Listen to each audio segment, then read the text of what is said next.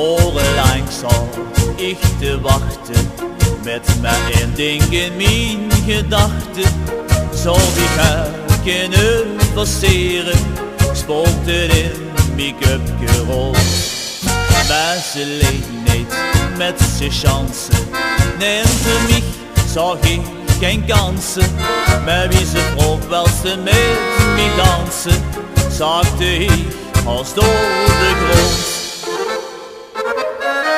In de schemer van het Maonleech zag ze niet wat ze me aan deed. Want die wangen gloeide gans wie vuur, wie ik van haar de poen kreeg. En ik hield haar in mijn arm, zo verleef weer met de zwier. In de schemer van het Maonleech wou ik best wel get me. En het leek wel of ik zweefde, voor mij was ik de boeren leefde. Wie ze keek en naar mij lachte, gaf mij dat een groot gevoel. Maar ik wist niet al het fijne, wie de zon begon te schijnen, zag ik haar zo maar verdwijnen, want het was voor haar een spul.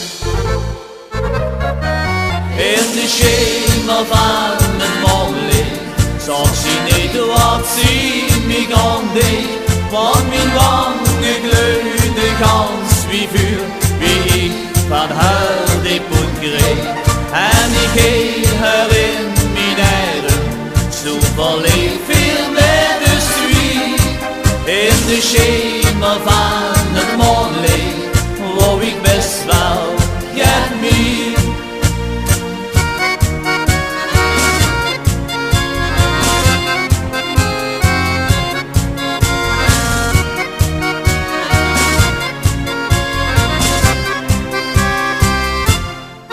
In de schemer van het Maonleech zag ze niet wat ze me aan deed. Want mijn wangen gloeide gans wie vuur, wie ik van haar de poen kreeg. En ik hield haar in mijn arm, zo verleef weer met de zwier. In de schemer van het Maonleech wou ik best wel get me. In de schemer van het Maonleech wou ik best wel